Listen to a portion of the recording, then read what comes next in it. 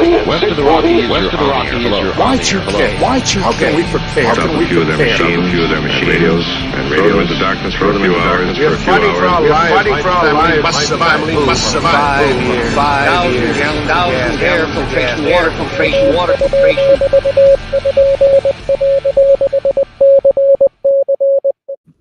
Coming at you live from the frozen tundra that is East Central Alberta, Canada, broadcasting via the auditory and visual mediums to my fellow delinquents across the globe. Welcome back to the workshop where we create community, find freedom, promote preparedness, and share success. I am Toolman Tim. Today is October the 24th, 2024, and this is episode 469 of Workshop Radio. How are all my fellow delinquents out there? It's great to see you. It's great to be back, and it's great to be seen. We have been enjoying some unseasonably warm fall temperatures here. I mean, not super warm, but as far as Alberta goes, we will take them. So let's open up this week in prepping, like we always do, with a rule to live by. I put it into the good old Google random number generator, and it ended up coming back with number 2222. And you may have heard these stories before, but I love telling it. Rule 22, always fix a loose screw. Now, what does that mean? Well, you've probably heard the old-fashioned saying, an ounce of prevention is worth a pound of cure. Well, that is true. And it all goes back to when we bought our first house on the Bay of Fundy. And it was an old 130-year-old home. And Becky said, honey, do you notice that the hinge on the bathroom door is a little bit loose? And I said, yeah, I do. And so I left it at that, just ignored it. And then each day I would come home and it would get progressively looser and looser and looser without really worrying about it or thinking about it until, 6 months later, Becky reminded me again. And I said, honey, you don't have to remind me every 6 months. I'll get around to it. Until one day I come home from work, an excessively stressful day, come home, open the door, maybe a little harder than I should have, and the door come off in one of my hands. So one of my favorite, and I don't know how this got so low on my list, 22, but it's true. Always fix a loose screw. And really what that means is if you're walking around in your yard, if you're walking around your home, don't be like lazy ass Tim, because I still fall prey to this sometimes. Don't walk past it. Take 2 seconds to fix something. Take 2 seconds to lube something up so you don't end up wearing out a part. Take 2 seconds to put a little tape on something and secure it. Take 2 seconds to put a ratchet strap around a 14-foot package of jams that I had to haul across town today. And I did. I took 2 seconds, wrapped the ratchet strap around it once, cranked it down, and Bob's your uncle. So anyhow, rule number 22, always fix a loose screw. I hope you guys live by it as well. All right, let's check out who we have here in the delinquent community this evening. I see L2 Survive. He seems early this evening. Good to see you in here. Bonnie Blue 2A from Missouri. Always great to see you. I love Bonnie. I don't believe we've ever met in person, Bonnie, but you're always so encouraging and always have some great things to share. So I love to see it. Digger, you're in here. Good to see you. Byron Roberts, great to see you. Stray Kitten, laughing at my jokes. I mean, my stories. And my neighbor from Delinquent's Gully, Off-Grid Ping, good to see you, brother. So I hope everybody's doing great out there.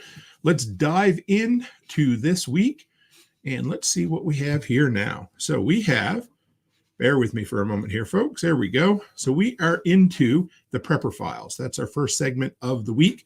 And as we go on, I am definitely going to get us some more audio and video transition stingers for some of these new segments that I've built. But bear with me because I love this episode. I love doing Thursday shows, and this one is always so much fun. Byron Roberts wants to know, what is the drink of choice tonight? And I hate to say it, but it's almost always the same drink of choice. It doesn't matter how many cocktails I imbibe, the one that I enjoy the most is still the old-fashioned. We got some Eagle Rare, broke into the bottle that Byron sent me not too long ago. So Eagle Rare, regular Angostura bitters, some French vanilla, old-fashioned vanilla syrup, some Italian cherries, and since I didn't have an orange, clementine rind. All right, so let's bring this in here. I was going to try to make this a little bit bigger for you guys tonight because I know it can be hard to read. So the Prepper Files, this is where we go back on this day in history and we take a look at something that if it happened during today would probably scare us just a little bit. Here it is. On October 24th, Black Thursday. Anybody ever heard of Black Thursday? I'd heard of it, but didn't realize that it had happened on this day in October. Selling intensified is leading up to the Great Depression, the collapse of the economy. But on October 24th, Black Thursday, the market lost 11% of its value at the opening bell on heavy trading. The huge volume meant that the report of prices on the ticker tape in brokerage offices around the nation was hours late. And so investors had no idea that most stocks were trading for. So this basically led into the massive stock market crash that ended the roaring 20s and brought in the dirty 30s, the Dust Bowl, the Great Depression. The only thing that possibly brought North America out of the Great Depression would have been the Second World War, unfortunately. At least that's kind of how it looks going back. But so on this day in history, October 24th, what year was it? Excuse me, 1929 was Black Thursday. The largest drop on Wall Street at the time. It may still be the largest drop by percentage of volume overall. Also, on this day, back in 1992, 32 years ago, the Toronto Blue Jays were the first non-American team to win the World Series. I had to throw that in there for my fellow Canucks. But yeah, so Black Thursday, folks, there it is. All right. And coming right up, what do we have for you next? Here we go. Nothing like eating under an open sky, even if it is radioactive. Dropping the dime, precious metals. All right, dropping the dime, folks. We have not had. There's been a lot going on in the precious metals field, but really, it's mainly just been ups and downs in the prices. Ups recently again, but today I came across it was a couple days ago at this point, a rather interesting article. And this is once again Costco. I know you guys are going to say, I'm getting tired of your Costco articles, Tim, but they just keep dipping their toes into precious metals. And this will be the first time that we discuss a non-gold or silver precious metal in Dropping the Dime. And here we go, guys. This comes from cnbc.com, so take it for what you will. You can now buy a $1,089 platinum bar from Costco. Here's what to know before investing. Now, here's the deal. I'm not a platinum fan. I've never been a platinum fan, and it doesn't mean that others won't be, but there are definitely precious metals connoisseurs out there who do like it. So if you're into something a little bit different, and I don't mean, that kinky kind of stuff, I mean precious metals, here we are. And it's a Pamp Swiss bar again. Shoppers love Costco for the affordable gas and the $1.50 hot dog and a soda. Same price in Canada as it is in the US. Recently, though, they found something new to love, precious metals. And we've talked about this, silver, gold, and now platinum. Costco began selling physical gold last year, and demand has been so hot that Wells Fargo analysts expect sales to now be in the neighborhood of $100 million to $200 million a month. That's insane. And earlier this month, the big box store began selling platinum on its website. A 1 ounce bar will run you $1,089. Costco's move into metals has made it easier for everyday shoppers to own physical gold and platinum. But it's far from the first time precious metals have been in vogue, especially among people looking to invest them. Investors tend to flock to gold in times of economic turbulence. Yes, we know that. But I mean, as a prepper, as somebody who's into being prepared, precious metals always seems to be something, or it should be something that we're into, especially once you get to the point where you have got your finances in order, then this is definitely something to look at. Now, again, I love silver. I love gold. Not as big a fan of platinum as some folks are, but if anybody out there is into platinum, let me know.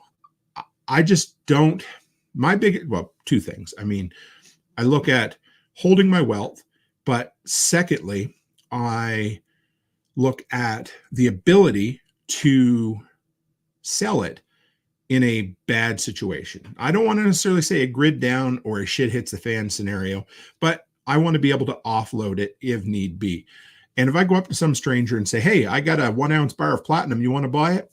I just don't think that has the same curb appeal, the same resale ability to complete strangers as, say, silver or gold might. Not saying that they'll buy that either, but yeah. So there you go. Platinum, Costco, seems like a match made in heaven. Let's go back to the delinquents here. Byron Roberts is drinking straight bourbon. Nothing wrong with straight bourbon. I almost find that just beautifully sweet doing that.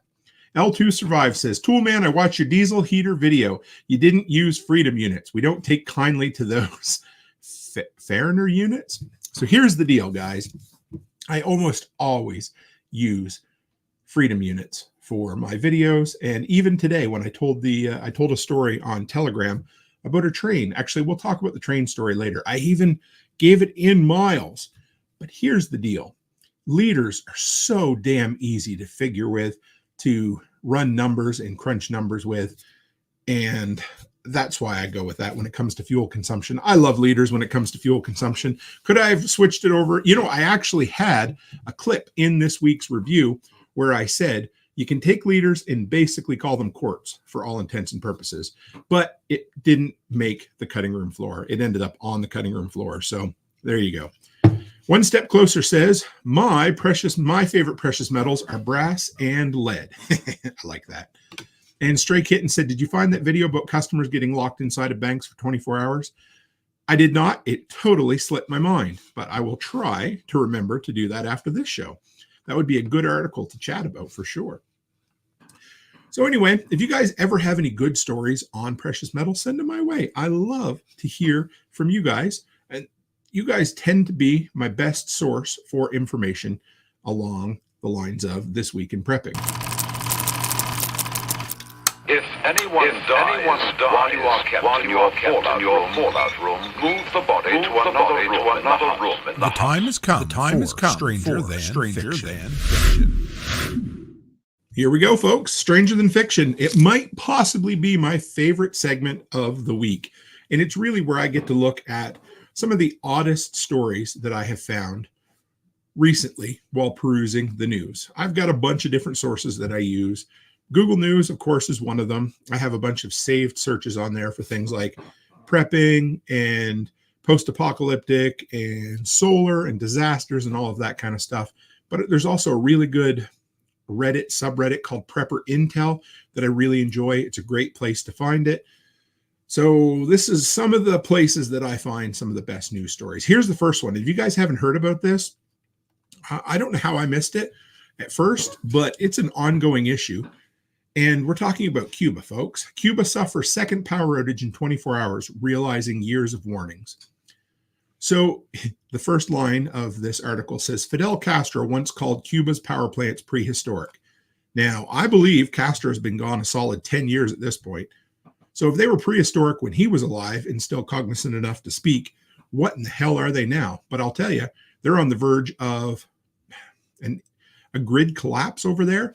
They said it was only supposed to be out a couple of days. They've tried to turn it back on multiple times. Now, I didn't check up tonight, but I know 2 or 3 different times they've tried to turn it back on with mixed results. Let's put it that way. And here we go.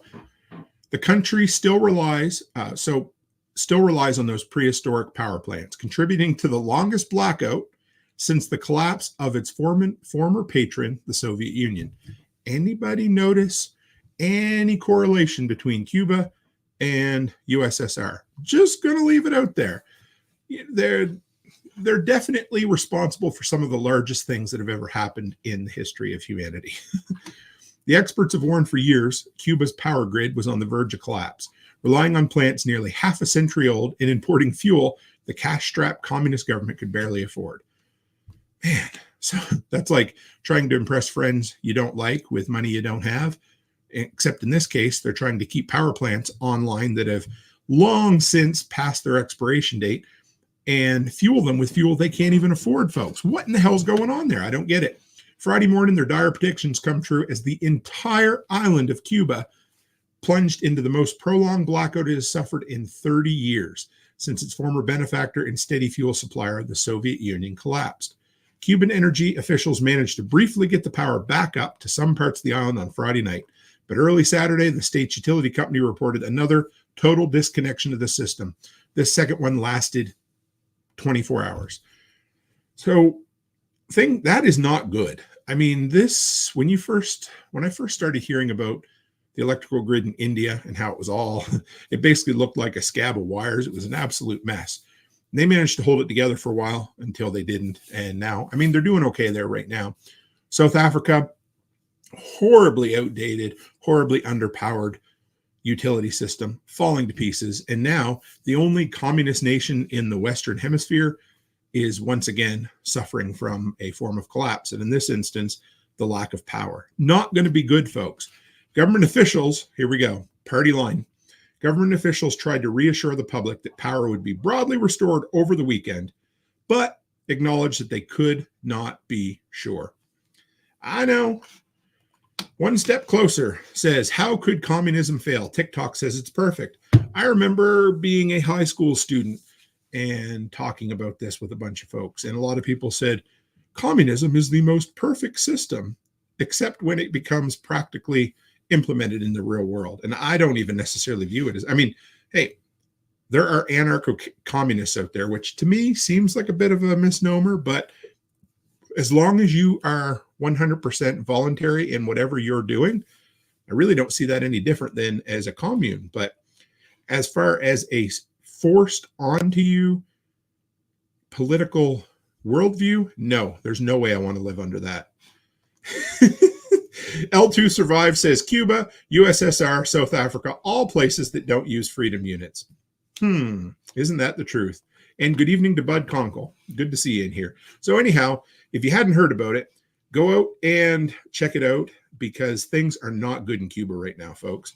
Chris Dixon, good to see you. Communism works until you use it on humans. Ain't that the truth? Very, very true. It's the ideal scenario until it's actually implemented. And then you discover that humans are humans and people end up needing food and work and money. And for some reason, once again, with no safeguards in place, the government ends up hoarding it all and, well, folks die. There you go. So that article came from the New York Times. I had to read it through archive.ph. If you haven't seen that website before, check it out. It's great. It'll let you get past paywalls for news articles that you don't want to support. Enough said, moving on. Here we are. Next article comes from marketplace.org. And this one, here it is. I love this article as soon as I saw it. In uncertain times, the prepper supply business is booming. If anybody's been to a prepper event in the last couple of years, you will know that political uncertainty sells when it comes to preparedness. And whether that's a good or bad thing, it's the reality of it. I remember hearing many years ago that when Obama came into office, that he sold more guns than anyone else. You look back to the Y2K scare and how that pushed a ton of people into the prepper supply business. So here we go. First paragraph. Ahead of the election, prepper meal kits have become a hit with both sides of the aisle. Emergency food supply kits, like the one seen in a now viral video, are selling at most major retailers, like, here we go, guys, Costco, Walmart, Home Depot, and Amazon. In the past month alone, Amazon sold upwards of 3,000 of a kit deemed an Amazon bestseller. Anyway, the best few weeks and months, it's been like a tsunami, said Anton Edwards, the founder of an emergency preparedness organization called International Preparedness Network, which he started in 1989. That would be a cool dude to interview right there. Around 1/3 of American adults are now spending money on prepping. Can you imagine that, guys? Go back 5 years, 10 years. Could you imagine 1/3 of Western society spending money on being prepared? That blows me out of the water. Most folks, for the longest time, couldn't spend $5 to put extra gas in the tank, let alone to spend some money to be prepared. Uncertainty, guys, it is what it is. Whether it's thinking about a natural disaster all the way up to something global, a war, a civil war, people are trying to prepare for whatever they feel like might be some doomsday scenario. The survey found that collectively, preppers spent $11 billion within a 12-month period. Yeah, I'm guilty. I definitely spend money on that. But here's the deal. 1/3 of all American adults have spent money on prepping. That tells you a few things. It tells you folks are scared. It tells you folks have some disposable income that they've managed to be able to find. And it shows you that there's a hunger for folks to get into preparedness. So if you're looking at starting a business, if you're looking at starting a YouTube channel or a content creation in the preparedness sphere, this is probably the time to do it. Now, not to take advantage of folks' fears. Anybody who does that, I think, is pretty slimy. So here, Chris Dixon, let's talk about this for a minute. Should preparedness be big business? Well, one of my mantras throughout basically my entire time as a content creator and an entrepreneur is this: you can help people and you can make money. They don't have to be mutually exclusive. So many folks look at somebody starting a business to help folks, and if you're making $1 off it, you must be a deadbeat. So here's the deal. Should it be big business?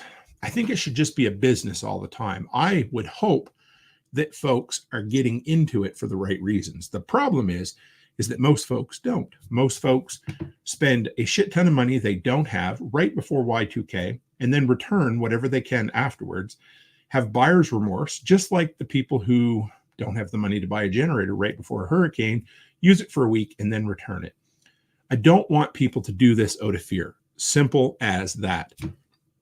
However, lots of people are going to come to it through fear. Somebody's going to come from Alex Jones or Joe Rogan or whatever it happens to be. They're going to be scared shitless and I don't know where to start. Glenn Beck's another one, used to be really good at that. I'm sure he still is.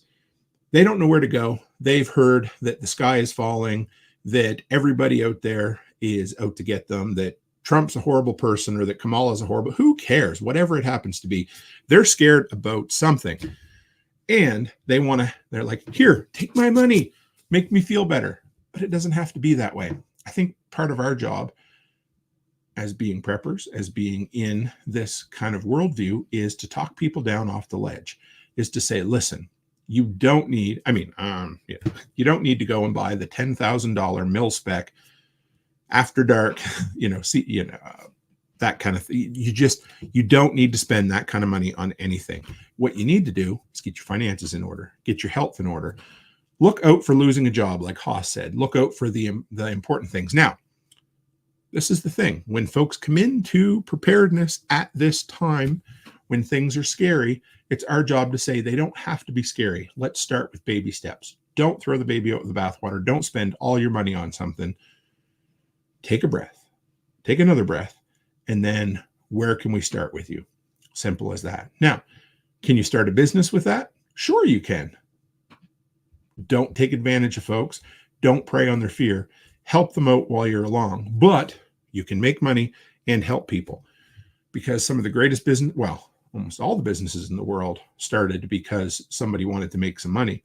So if you want to be motivated, financial gain is a great motivator for business, but don't let it be the only gain, the only motivator for your business. All right, let's go back to the delinquents in the gully here. Red Flyer Media says, I think prepping expenditures is exploding right now after seeing what happened with the last two hurricanes. I agree. So here, let's just go down the rabbit hole for a minute. We've had two massive hurricanes that have made landfall in the eastern United States. We have the incredible political uncertainty that comes every 4 years in November for some reason. I don't know what happens every 4 years in November.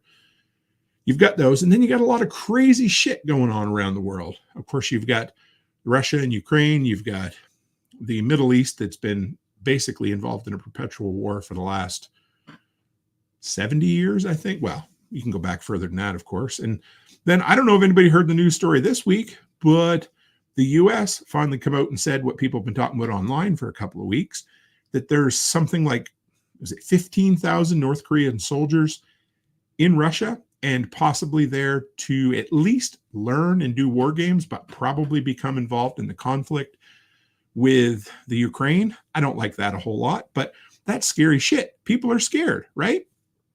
So we'll do our best to help them out. Stray Kitten says, only big corporations should make money. Yes, that is 100% true. And also, or the government will say, we should have the money, and then we'll dole it out where we see fit, right? One step closer. This got my first generator this month. With this year's crazy weather, it seemed prudent. Proud of you, brother. And again, a generator is a great thing to have. But if you can't afford it, or it's not in the budget at that moment, then it's not the prudent thing to do. Simple as that. L2 Survive says, if shit hits the fan, my household would be communist. My neighbor would be socialist, and my town would be capitalistic. I like it. Ed Celio, I'm late, but I'm here. Good to see you, brother. Bonnie Blue says, it really looks like World War III is going to happen unless cooler heads prevail. I'm not a pessimist. I hope you guys have found that from me over the years, that I do my best not to be a fearmonger. So I try to be optimistic. I try to look at the brighter side of things. And I truly believe that the world governments can come together and say, hey, we're not going to do this. But Bonnie, you're not completely wrong. There's a reason why I sent that article to Becky yesterday, because it was one of those that jumped up and made the hair on the back of my neck stand up a little bit, because it is scary. I'm not going to change what I'm doing, because I can't, number one, I can't affect what Putin does or doesn't do, and I can't affect what that rather rotund dude over in North Korea does either. But what I can affect is my family, my friends, our business, our financial situation, our preps. So that's what I do. I try to pay attention to this stuff, and then I leave it in the rearview mirror as I get busy building the life I want to live. So there you go, folks. We got one more article here in Stranger Than Fiction. This is a pretty good one this month. This week, where in the world did I say this month from? Here we go. I had another article saved for this one for you guys, but I couldn't get it past the paywall. So here we are. This one comes from the USDA.gov. Again, take it for what it is, but before you toss food, wait and check it out. It's happened to all of us. You're looking for something in the freezer or pantry, discover food that's been forgotten. Your first impulse is to throw it out, but wait, is it still good? My daughter, Alice, she's that way. If something's even close to expiration date, she gets nervous and wants to throw it away. Me, on the other hand, I'm the type of guy that found a can of cookies that had been packed away in the Christmas decorations the year before. And I'm like, well, I think I'll try that. So yeah, I've been fairly lucky all my life. Never had any real bad foodborne illnesses until this summer when I had the nasty bout of food poisoning from the clams. But overall, I like to live a little bit on the wild side. So chances are it's still good. Food poisoning bacteria does not grow in the freezer. So no matter how long a food is frozen, it is safe to eat. Now, guys, this stuff comes from USDA. This is interesting. Safe to eat. Foods that have been in the freezer for months may be dry, may not taste good, but they'll be safe to eat. So if you find a package of ground beef that's been in the freezer for more than a few months, don't throw it out. Use it to make chili or tacos. The seasoning and additional ingredients can make up for loss of flavor. I love that. This is crazy that this is on the USDA website. Okay, here we go. Now, what about the foods in the pantry? You ready for this, guys? This article blew me out of the water. Most shelf-stable foods are safe indefinitely, indubitably. In fact, canned goods will last for years as long as the can itself is in good condition. No rust, no dents, no swelling. Things that us preppers have been saying for years, but I came across this from last summer. No, actually, sorry. I thought that said 2023. This is an article from 2013. Maybe they don't like to talk about it as much anymore. Packaged food, cereal, pasta, cookies will be safe past the best by date, although they may eventually become stale or develop an off flavor. Also, they might get weevils in them. I'm not really sure what weevils are, but I've seen them before. As a kid, they would get into our dry goods because things wouldn't get cycled out in our laundry room / pantry. Packaged food, cereal will be safe past the best by, but they might get stale. You'll know when you open the package if the food has lost quality. Many dates on foods refer to quality, not safety. See FSIS, Shelf Stable Food Safety Fact Sheet. So what do you think about that? this came from, this is an official website of the United States government. Here's how you know. Well, anyway, so there you go. It's a .gov website, which means they should at least, I'm just surprised that they're willing to put this information out there, because canned goods, and again, boil it if you're worried about it. But like One Step Closer says here in the comments, if it passes the smell test, I'll give it a try. And again, depending on, over millennia, we have developed the ability to follow our nose, as Toucan Sam would say. And really, that's the biggest thing. Smell it. If it smells off, I ain't going to eat it. If it off gases when you open it, I ain't going to eat it. If it's got discoloration, sludge, or slime in it, I'm not going to eat it. If it's got bugs in it, I'm not going to eat it. Some of you might for added protein, but I'm not doing that. Simple as that. So it's I love hearing that canned goods are indefinitely good as long as they have no apparent issues. That's really what it comes down to. So remember that and have fun. Can on. Oh, well, no, save your cans anyhow. So, all right. What do we got next for you guys? Well, let's bring this one up. We've got another instance of Cookbook of the Collapse. This is from Thesia, otherwise known as Grandma's Homestead. We haven't had one in a little while, and that's not because she didn't send them to me. It's just simply because I took a 2-month hiatus from the podcast, as you know. And I was pretty excited to get back and share with you guys another one of her Cookbooks of the Collapses. Now, this all started many moons ago when I asked for submissions for things that you could cook and eat out of your pantry from your long-term food storage if and when something ever happened, like a collapse. And Thesia took it to the nth degree and said, guess what? I'm going to start sending you a video a month, and you can post them in your show. So if you haven't, give Grandma's Homestead a follow or a subscribe on YouTube. So let's check out what video she sent for us this week. And she's great. I love Thesia. She's an awesome lady. So here we are. Let's go at it here. Hi, I'm Thesia Ellis, and welcome to Grandma's Homestead. And we are doing the next video in the series for cooking from the pantry, and we're going to do spaghetti. You're going, really, spaghetti? All you got to do is open a jar of tomato sauce or spaghetti sauce and cook up some pasta. And that is true. But what if you don't have pasta sauce? You need to learn how to make your own, and that's what we're going to learn how to do now.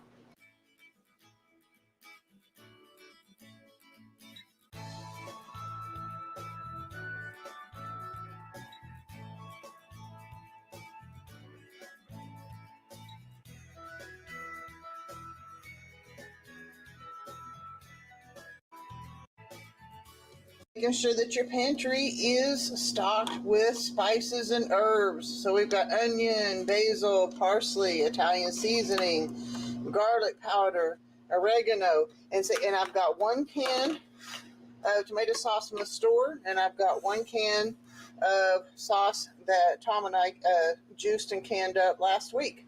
And of course, we've got our spaghetti. So we're going to make our own spaghetti sauce so that you can do it. And I'm also going to teach you a trick on how, because if I don't know, you've seen some other videos that I just kind of throw a handful there and a handful there, here and there to measure things. Well, I'm going to show you how you can learn how to do that on your own. All right, as you can tell, I've already got meat in it. We do meat. This is just some ground pork we have from a pig we had processed last year. And here's the store-bought tomato sauce and our home tomato sauce. I have to admit, I'm looking forward to seeing how that tastes. Okay, let's learn how to measure with our hands.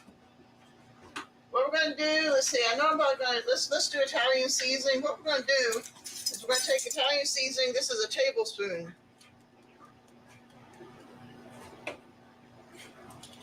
And see what that looks like in your hand. That's what it looks like in your hand. That's a tablespoon. Okay? Let's say you want a teaspoon or something. Let's do onion powder.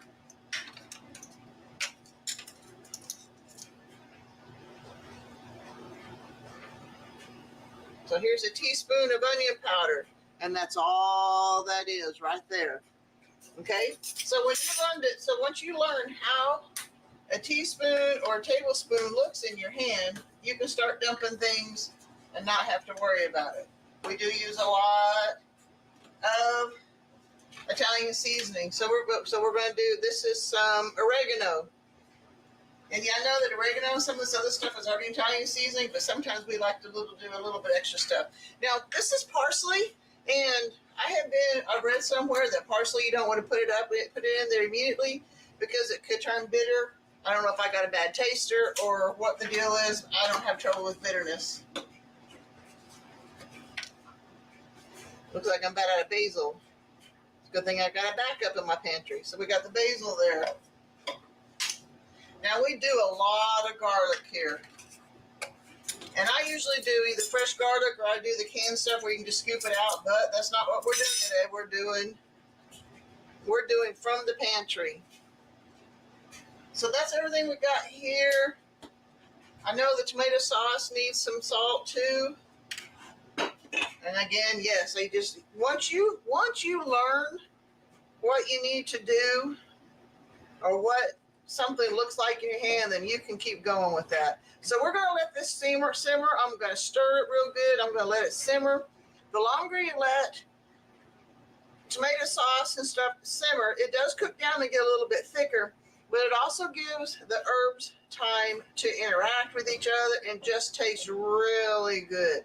So while this is simmering away, we can start doing our water. Now, some people like my son prefers to have they simmer for hours until it's almost a thick paste.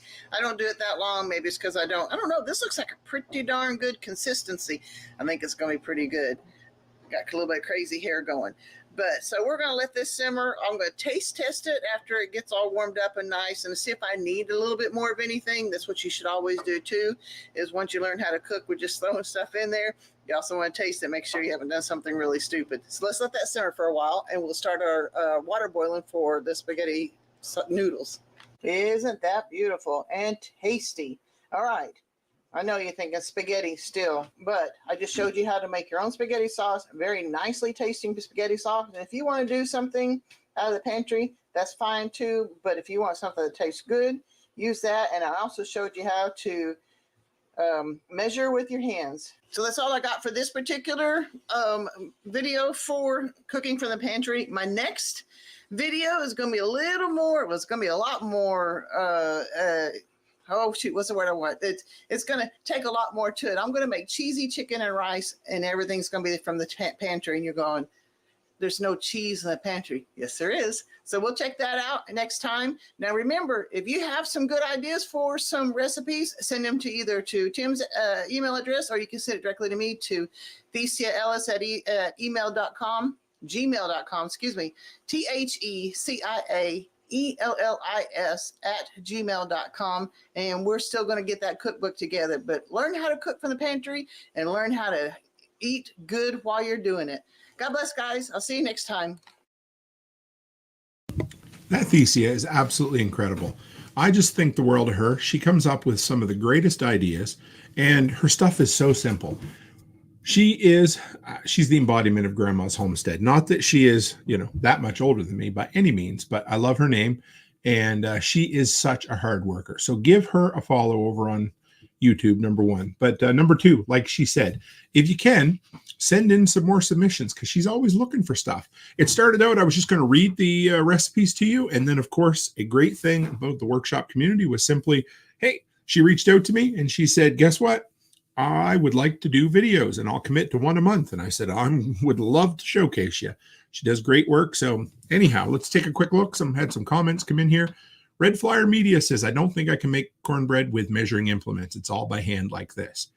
I heard it said many years ago that cooking's an art and baking's a science. You don't want to, can you experiment in both? Yes, you can. But you experiment in cooking and, you change your flavors a little bit. You might like it a little more. You might like it a little less. But baking is really a science experiment. You've got time, you've got temperature, and you have ingredients. And if you mess up on any one of those, you end up going from, a raised loaf of bread to something collapsed or something burnt or dilapidated in some way, shape, or form. So get out there and experiment in your cooking.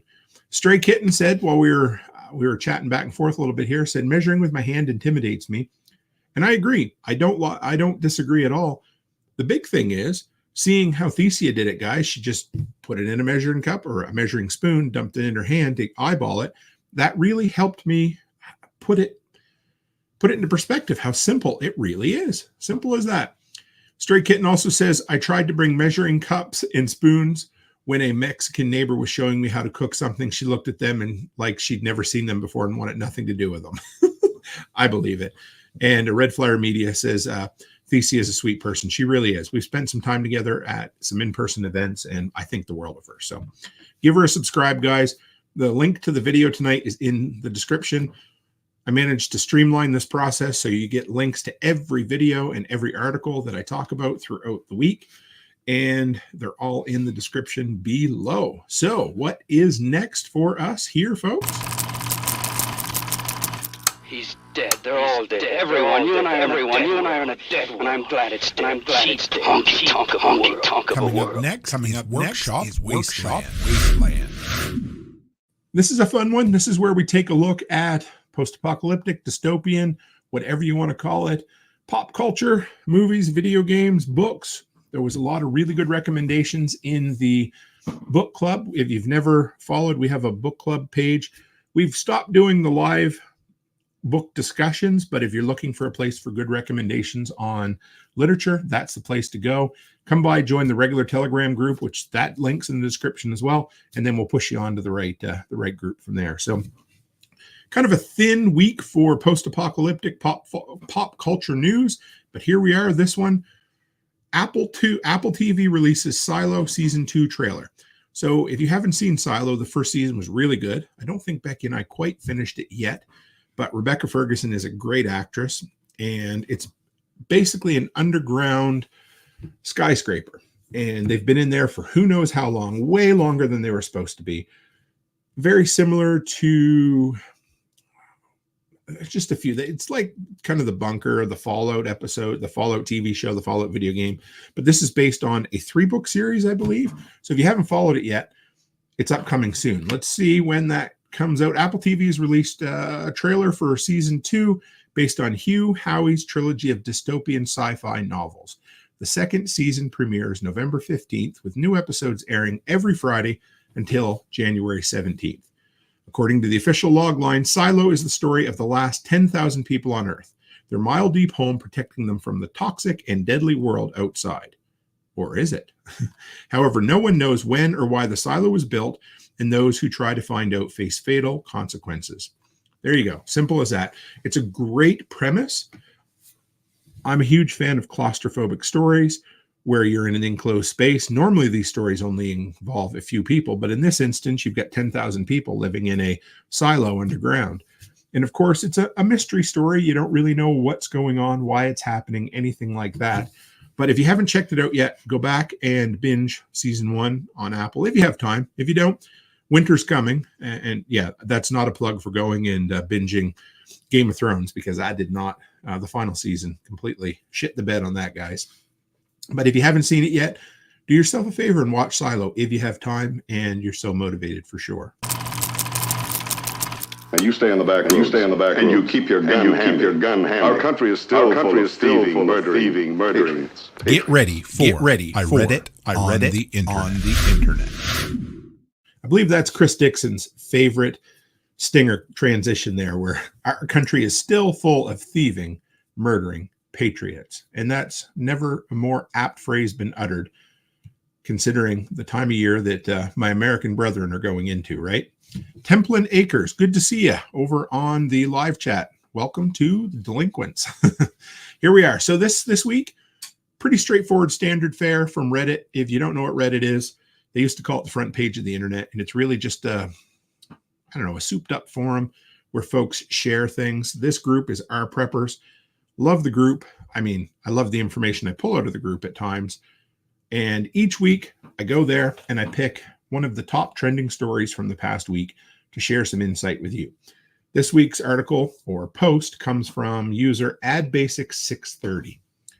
Growing up in the Ozarks of Missouri, very similar to abject poverty in Appalachia, we can build outhouses raised livestock, and homesteaded just to survive. It wasn't a hobby, but just how you lived. I see a lot of prepping advice for SHTF by people who have a good idea, but miss the single major determining factor. You ready? The big C word. I think we talked about that last week. Community. Now, some folks discover the idea of community and they think, I've never heard another prepper talk about community in my life. Well, you're wrong if you haven't, because that's a mantra around this area and a mantra amongst all the sundry communities that are, somewhat attached to our community. Have a plan with your neighbors. Use skills in the diversification of labor. You'll not survive on your own. Too many people spend time worrying about what weapons are best and how they might lone wolf the apocalypse. Is it just me, or do we all say that everybody talks about being the lone wolf, but we really don't know many people who are lone wolves or even want to be? I don't know. Maybe it's just one of those things that we all talk about. You should be more concerned about building a working relationship with those around you, to bring their expertise to bear as well. It'll take everyone's effort to harvest a field of corn or beans. Make friends. You need a plan to defend what's yours, obviously, but having 100 people around you as allies makes this easier. Amen to that. I don't disagree.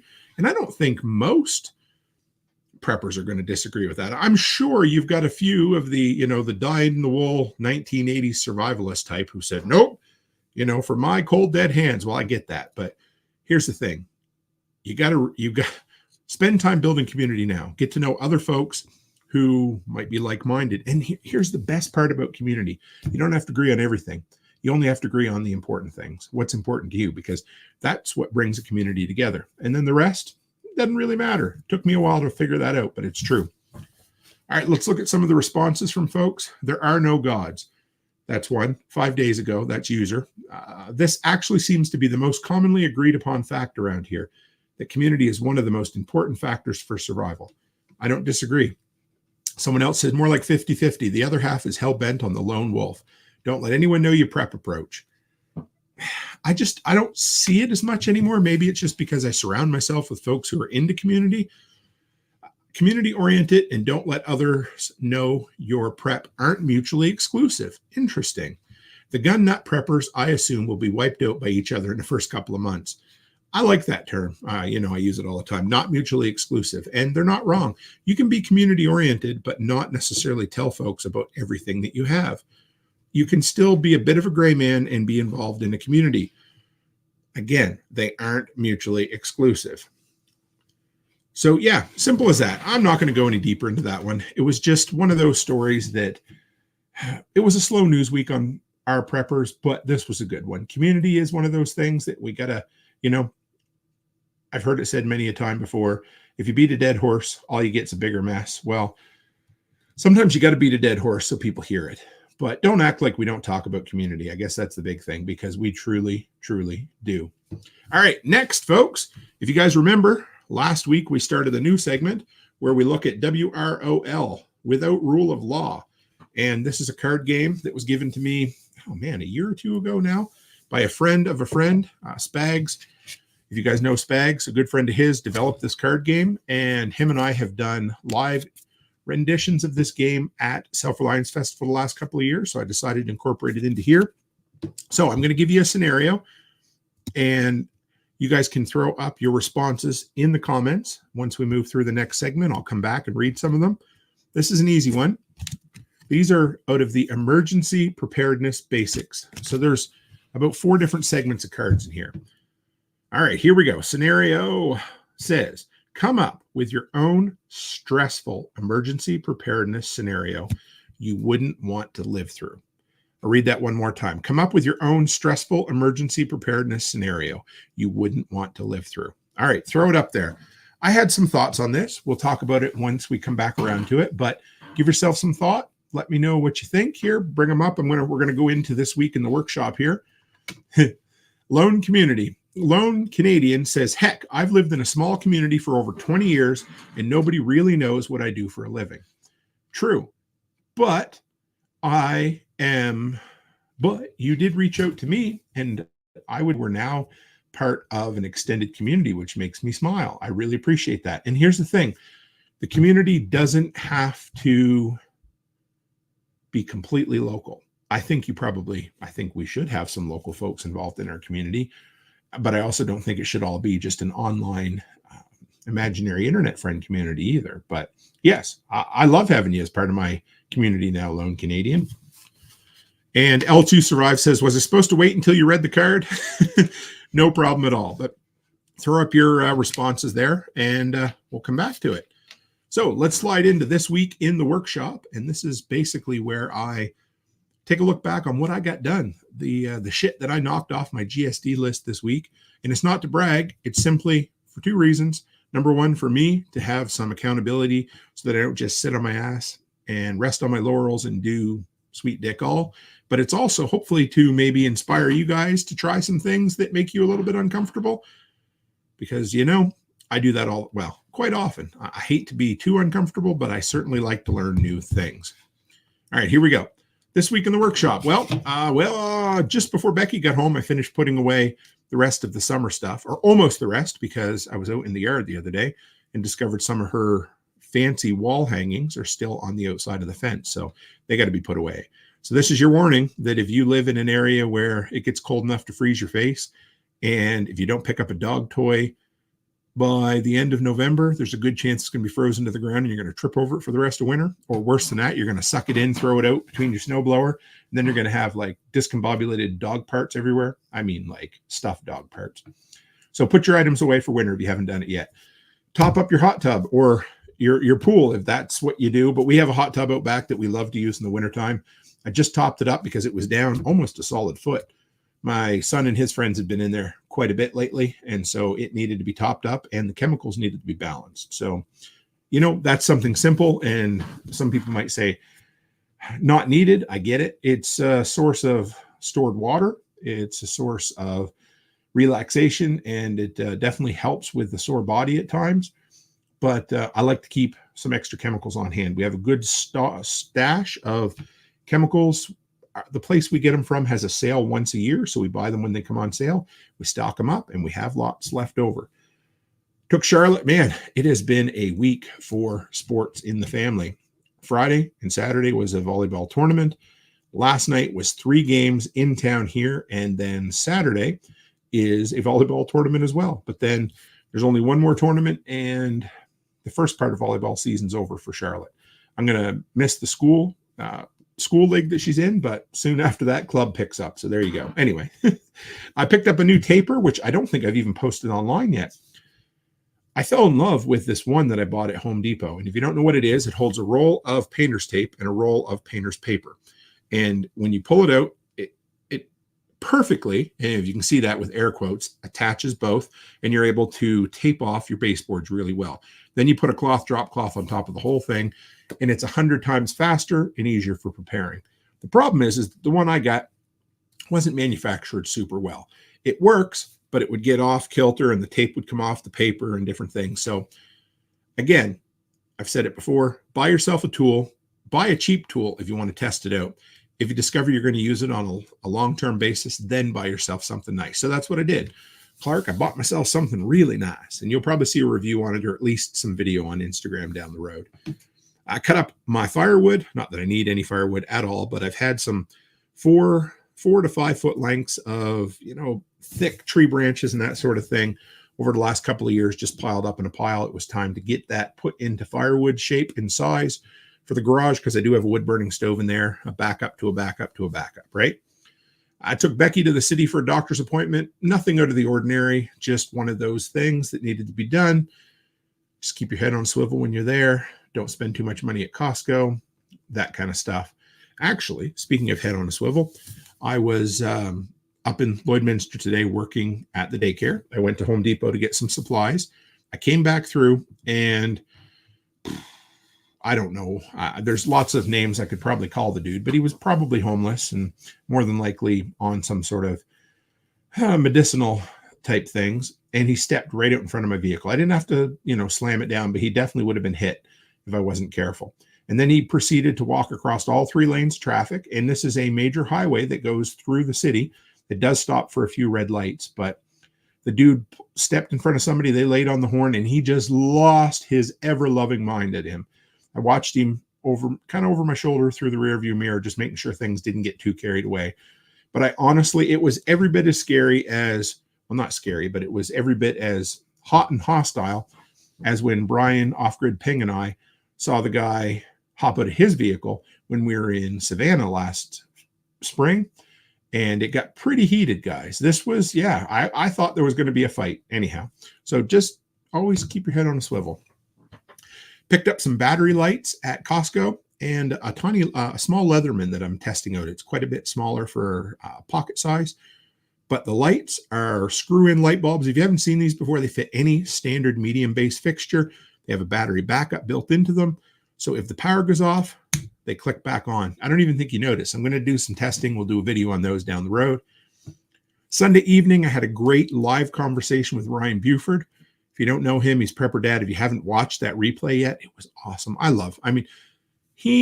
think he's, other than Becky, he's probably the third most appearances on my show. He's a great friend. He's a guy, one of the first dudes that I really got connected with in the prepper space once I became a creator myself. And I consider him a friend. Anyhow, I wanted to say that show topped over 300 replay views. It's the first time any one of my lives have done over 300 views in the first week. So thanks for all the support, guys, and keep it up. They seem to be gradually climbing up.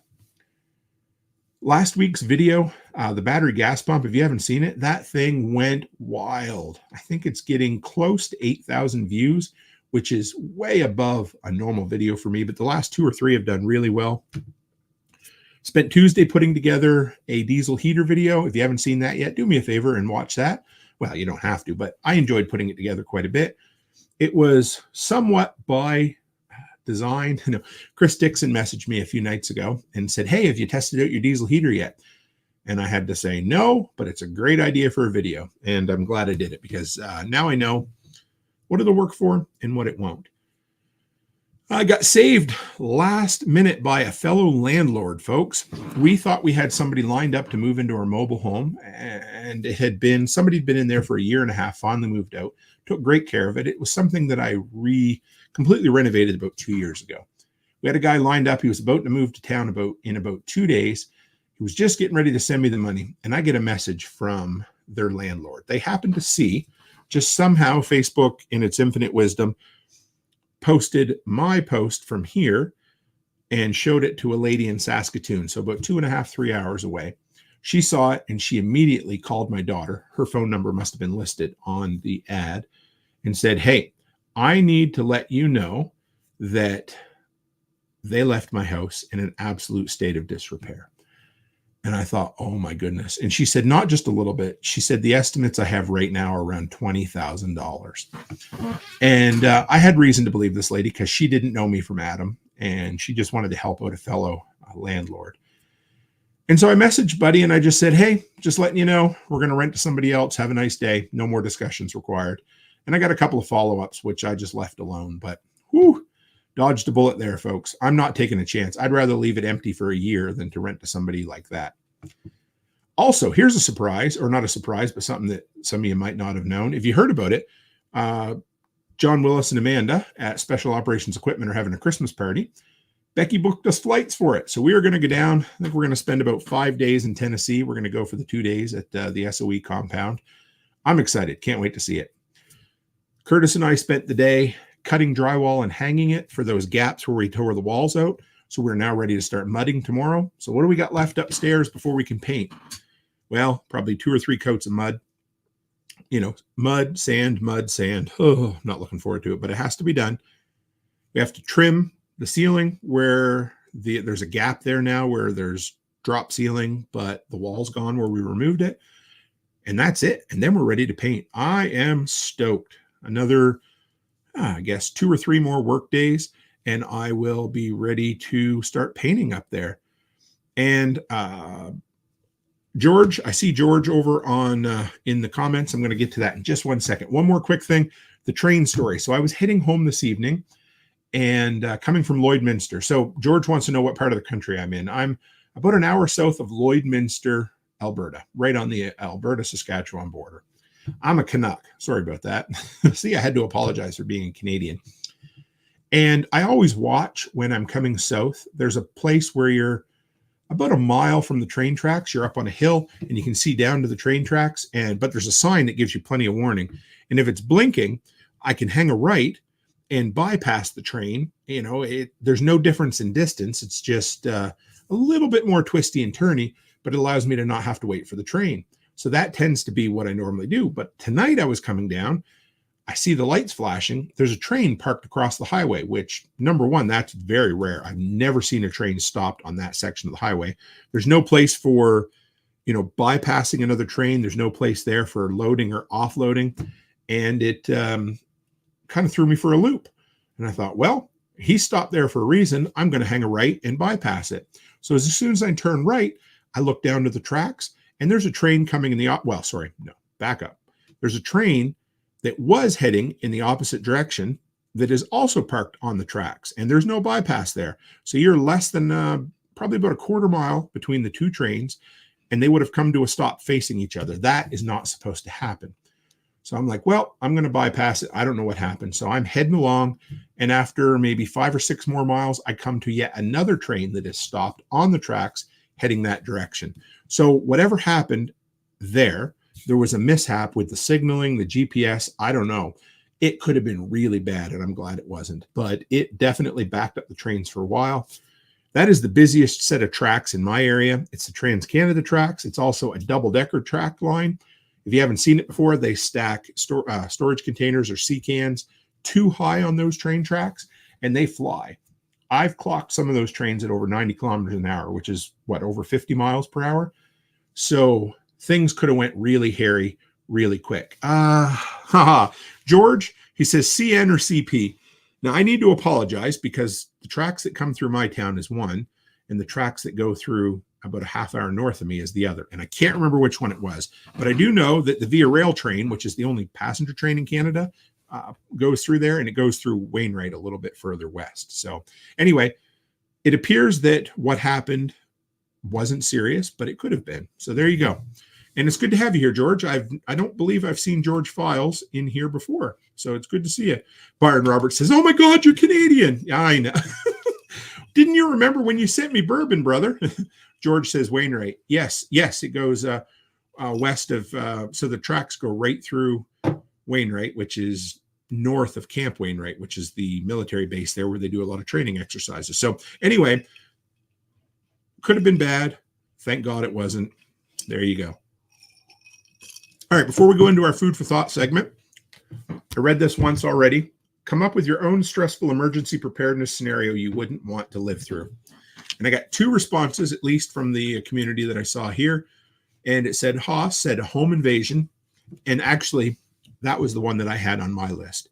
And I would say more even than just a home invasion, but a home invasion that involves my wife and kids. To me, it would be one thing to be home alone and have to get rid of an intruder, if you know what I mean.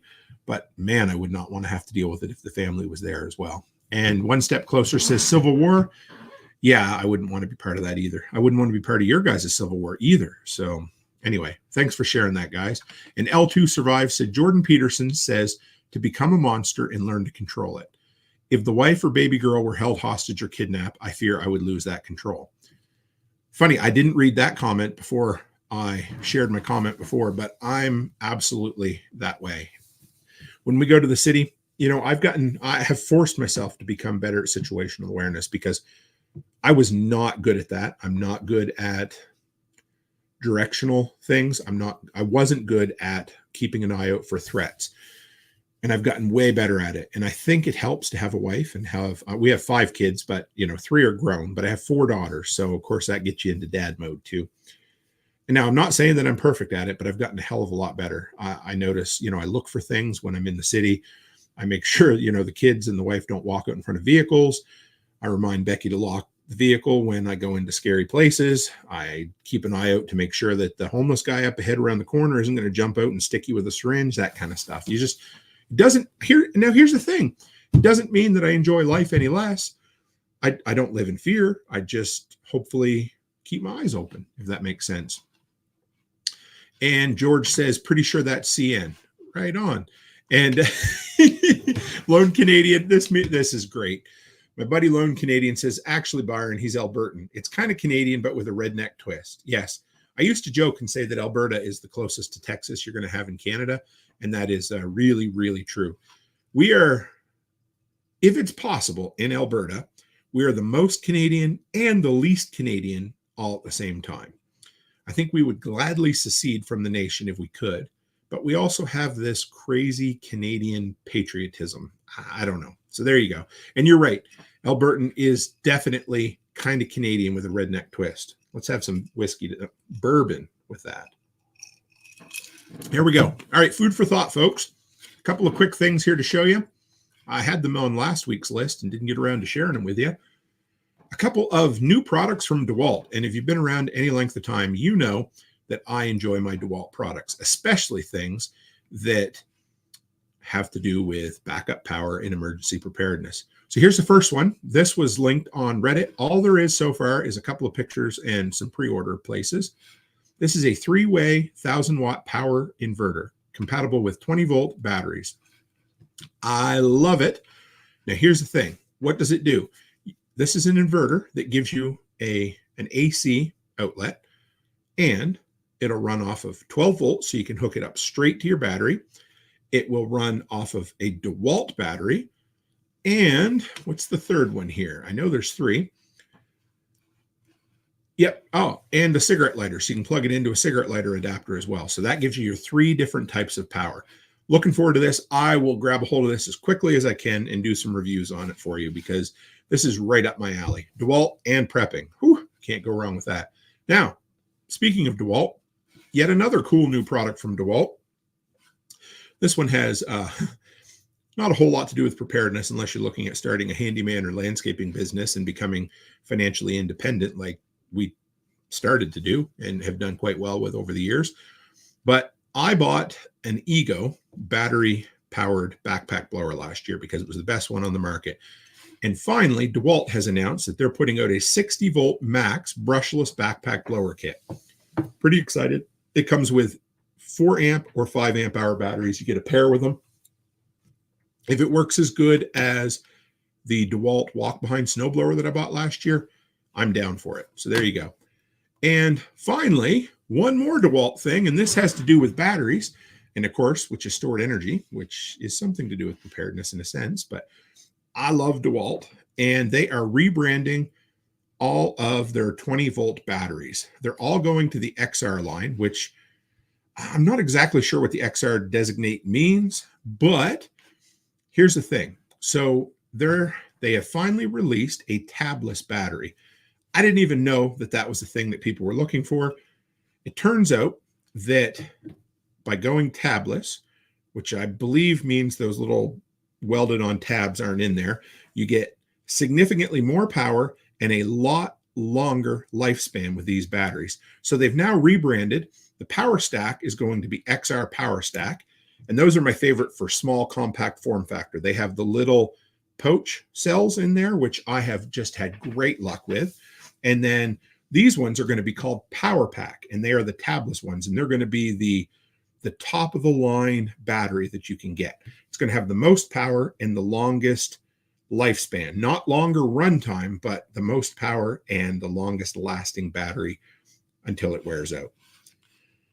And yes, do I like DeWalt? I do. I always have. I can't help it. Simple as that. Now, if you guys are, last week we had an article where somebody put up some comments talking about, can we drink water from a dehumidifier? Well, I decided to see if I could find a credible source to go one way or the other for it. And I believe I found just that for you. Again, I'm always looking for great sources of, underutilized water, that sort of thing in a family residence. And this one here, this comes from McGill.ca. That's McGill University up here in Canada. I would say a fairly reputable source. Is water from a dehumidifier drinkable? Possibly, but why would you want to? That's the tagline. But when it comes down to it, the short answer and the long answer is yes. You just have to be careful. Whether water from a dehumidifier is drinkable depends on how clean you keep your tank. This is the things we talked about last week. How long the water has been sitting around. The water the dehumidifier collects is actually very clean water, comparable to distilled water. Let's consider for a minute how a dehumidifier works. Think of it as a refrigerator with the cooling coils exposed to the air. Okay, makes sense. Water vapor from the air condenses on the coils and drips into a tank. The condensed water is pure because when the water originally evaporated into the air, it left its impurities and minerals behind. So providing your coils are clean, you could collect the dripping water and drink it. But if the water sits around in the tank, it can provide a hospitable medium for growth of bacteria and molds, making it unfit for drinking. So regular cleaning of the tank minimizes this problem. Simple as that. So can you drink it? Yes. Can you make water out of thin air? Yes. Are there dangers inherent in the process? Also, yes. But I think we're all adults here. And I would say that, yeah, simple as that. If you want to do it, but be careful. George says, was a big fan of Ego. Great products, but batteries are so damn expensive. I don't disagree, George. So I love the backpack blowers that Ego has made. It is the closest thing that I've been able to find to the steel gas-powered ones that I had when I had my handyman business, my snow removal business. I loved them, but I wanted to go with something where it's just pull a trigger and go. The Ego is great. However, I'm only a year into this, and I'm already running into problems with one of my batteries. I'm not sure what happened to it, if it got like completely depleted of charge. I'm not really sure, to be honest, but I went to bring it out the other day and use it. It's the first time I've used it since last winter. One battery was perfectly fine, and one was showing red, and it wouldn't charge. It wouldn't charge. I left it on the charger overnight and nothing. So I flipped it over to the other side, and it appeared to take a charge. Finally, it took a full charge. I put it on my blower, and there is something wrong with that battery. I can't quite figure out what I should do with it. It wants to run, it pulls some juice out of it, and then it stops. So I may have to do a video on doing a warranty claim from Ego. But yes, their batteries are immensely, immensely expensive. All right. Bonnie Blue wants to know why you would go with brushless tools. And one of the biggest things is the fact that there's no actual wearing in a tool. So with old motors, and I'm not perfect at this kind of thing to explain it. I'll find you an article here in a minute, but most of the traditional motors had magnetic brushes that were made out of, I want to say, a carbon. I'm not sure if that's exactly what it was, but over time it would wear, and then eventually the brushes would wear out and you'd have to replace them. So number one, going with the brushless tool means that there's one less wear point, and it's something you're never going to have to tear apart. So again, since companies don't want you to have to do that kind of stuff. So here we are. What are brushless tools and why does it matter? Let's see if we can bring this guy up right quick here for you. Let's bring it up. We'll share it. There you go. As the name suggests, brushless tools have a motor that works on electric communication instead of brushes and commuters to transfer power. It makes them more efficient and durable. So here are the benefits. There's 7 of them real quick. Increased efficiency. Brushless tools use energy more efficiently. Less energy is lost via heat and friction, so that makes sense. More power and torque. The optimized energy usage allows brushless motors to provide up to 50% more torque. Longer motor life without brushes causing friction. The rest should be self-explanatory. Less maintenance. Brushless tools require less maintenance and overcome the need to replace brushes. Like I'd mentioned, quieter operation. That's something I overlooked. Brushless tools produce less noise because there is no brush friction. Simple. Lightweight design. There are fewer components in brushless tools, so they're more compact and lightweight. Like my ultra-compact DeWalt impact driver. Love it. And finally, advanced performance. Leading brands such as Makita, gee, I wonder if this was written by Makita, use custom brushless motors engineered for specific tools. There you go. So yeah, they're just all around a little bit better. Lone Canadian says, I've been a DeWalt guy for over 20 years, but all the guys in the patch seem to have switched to Milwaukee. I would say overall, over the last couple of years, 3 to 4 years, Milwaukee has definitely expanded into the specialty tools market. And if you're looking for a very specific use case for a tool, Milwaukee's become the place to go. However, DeWalt is trying really, really hard. I also found an article earlier today on the all of their landscaping gear. They're upgrading every bit of it, all going to 60 volt stuff. I'm excited because I have all of my landscaping gear is coming on 5 years old now, and it's all still working, and I love it. But I'd love an excuse to upgrade to the 60 volt stuff, the max volt. Byron Roberts says the water from a dehumidifier would make good flushing toilet water. Absolutely. L2 Survive says they recycle urine and sweat, clean it, and then drink it on the International Space Station. Absolutely. You know, do I want to do it? Nah, probably not. But Bonnie Blue says, thank you, Tim, for the stuff on brushless tools. And oh my goodness, we got Rachel Brown in here, guys. Checking in on my way to bed. Stay safe, y'all. Like and share. Yes, like she always says, do the free thing and do it. There you go. All right. So last segment, or close to the last segment of the day. It's the apocalypse. End of day. The judgment day. The end of the world, my friend. Let's dig into community mailbag. And this is where I take I guess some of the top comments. Most of them end up coming from YouTube, because that is where I get the biggest amount of interaction. So yeah, and it was actually gonna say that. So George just said, what other platforms you're on? I'm not seeing those other messages. So, oh, George, you might be. So right now we're only live on 2 different YouTube channels. So you're probably on my backup super secret YouTube channel that the live streams are eventually going to move over to. However, if you'd like, I'm going to, if you check in the description of every video I make, all my links are in there, but I'm going to share a couple for you. So the main one, first off, is the YouTube channel, and that's Toolman Tim's Workshop. That's where I think we got just hit 21,000 subscribers over there. So if you're on the smaller platform, that's why you're not seeing most of these comments, I'm guessing. So here's the main one, youtube.com/c/Toolman Tim's Workshop. I think I could actually shorten that a little bit, but there it is. And then the other one, if you're on Telegram, folks, and this is the big one, this is where we interact multiple times a day. I think there's like 265 folks, you know, what we call delinquents in there, people that have become part of the workshop community, the greater community as a whole. So if you're part of Telegram, join this group right here. This is t.me/Toolman Tim's Workshop. And that's the place to go. It's where all the cool kids hang out, but not really. It's the place where we ask questions, we encourage each other, you know, we bust each other's balls, we give each other advice, warranted or unwarranted. But really, it's just the place that the workshop community has congregated. I tried a lot of different platforms over the years. And hello, George. Now he sees us. Good to have you. And yeah, I've tried a lot of different communities over the years, but I'm a huge believer in throw things at the wall and see what sticks. And what stuck with us was Telegram. I didn't expect it. It kind of just happened. And it's become the place where we all get together. And it's also relatively censorship free, and hopefully will be slightly protected, in a great place. Byron says it's a great group of people. I agree. 100% I agree. Now, for anybody out there who's new, if you haven't joined yet, when you click join, the big thing is you won't get in right away. We have to approve you. And that's simply to keep all the crypto scammers out. All we do is ask you a question. Hey, who are you? And how'd you find us? And if you answer right, then we bring you in. That's all. Simple as that.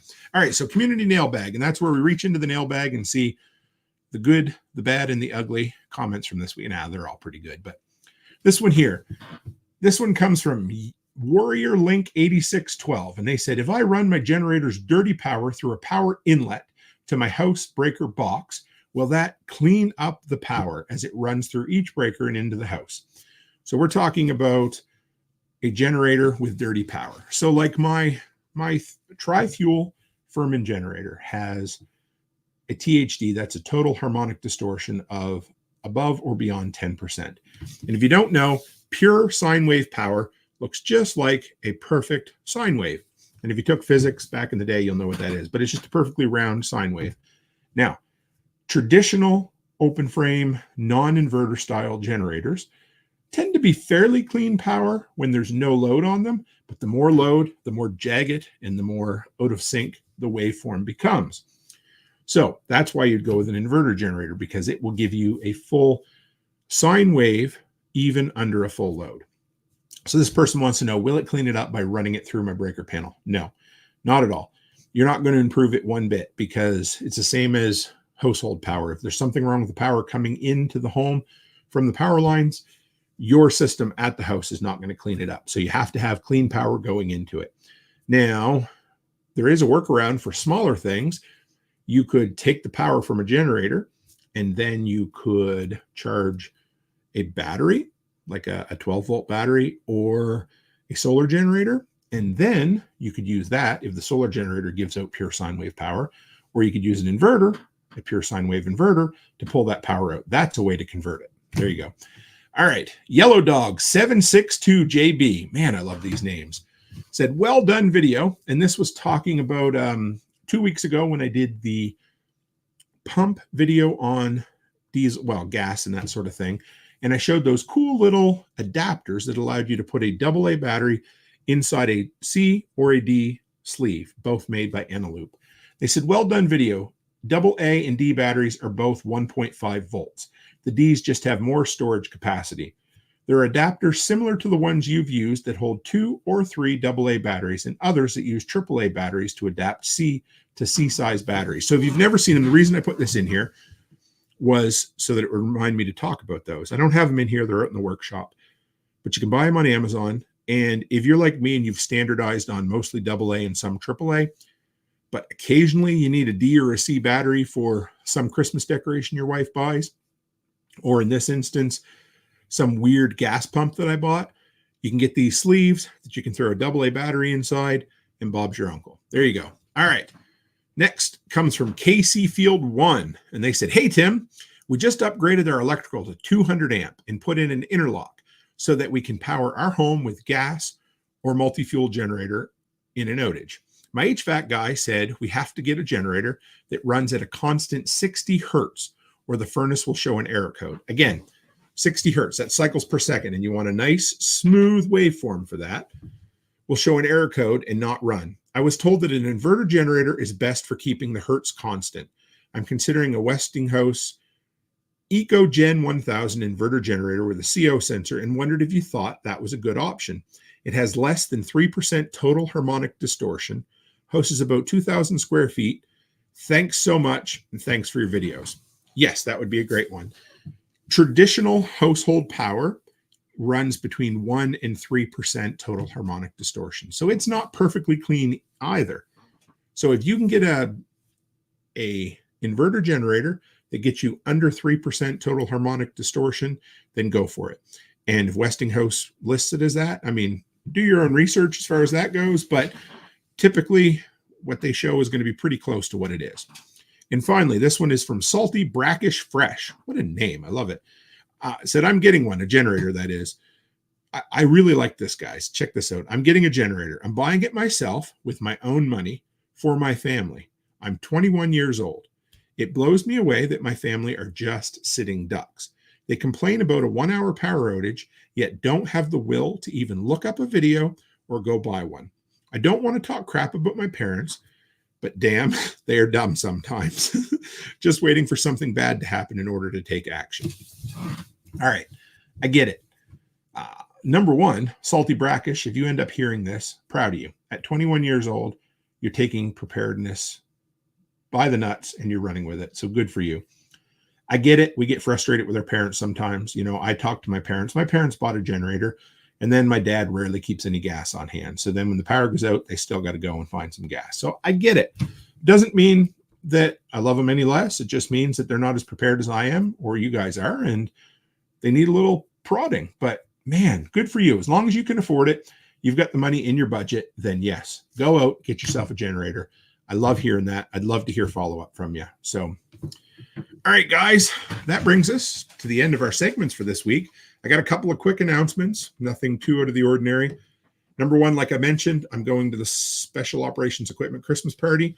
So if you're going to be around and you want to have a delinquent get-together, I'd love to see you. I don't believe there's any cost for admission. It's just, you know, if you know, you know. And also, Haas says, hey, George, welcome. And yes, George, you are definitely welcome to the workshop. Great to have you. And if you know where Wainwright is, I'm guessing you're probably somewhat local. And if you want to communicate behind the scenes, let me know. Just you can comment on a video or come join the Telegram group and PM me. But I'm one of those crazy people that want to actually meet folks in real life. So if you're connected to the area in any way, shape, or form, I'd love to meet you, and I'd love to introduce you to a bunch of other fellow Albertans that I know, Albertans and Saskatchewanians. I don't know. Anyway, it's good to have you in here. Number 2, Sunday evening. So this is where the podcast gets a little weird for this time of year, and I hope you guys enjoy it. But it is spooky season, All Hallows Eve or Halloween pretty soon. And we have a couple of we have 3 Halloween episode. Sorry, let me try this again. 3 Halloween themed episodes coming up right away.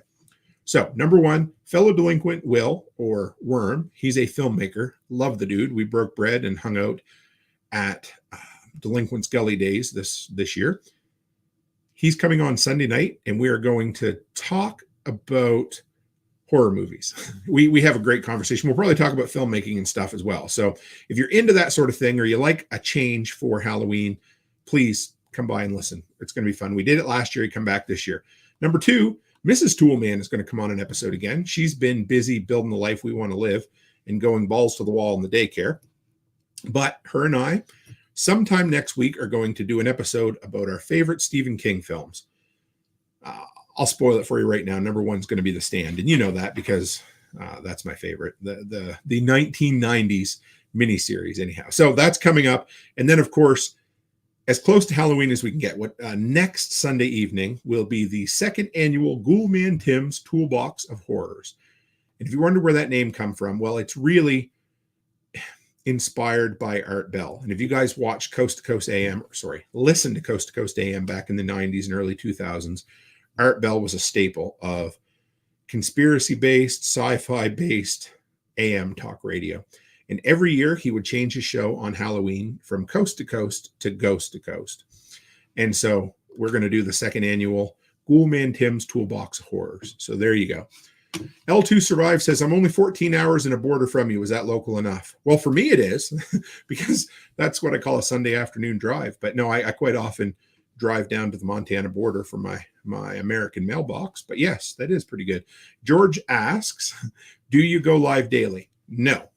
I would love to have the ability to go live daily, but we are very busy. Again, I joke, but a big part of preparedness in my mind is entrepreneurship, because the reason that is a few things, but it brings you independence and financial freedom. So my wife and I have multiple businesses that we keep going. So short answer is no. I go live Thursday and Sunday evenings, 6 p.m. Mountain Time. Thursday is This Week in Prepping, and Sunday is typically an interview with somebody from around the preparedness sphere. I have lots of interesting people. I've interviewed authors and filmmakers, documentarians, all kinds of great folks. So if you want, hang around, set your notification bell to ring, but whatever, yeah. And L2 Survive says, MON, that spells Halloween. And if you know, you know. Good old Tom. So anyway, folks, it's great to have you. George, it was great to have a new folk in here. Love finding folks that are semi-local, and I just love finding like-minded folks. So I'll be here. We'll see you Sunday evening with Worm. And as always, stay happy, stay healthy, and have a great week.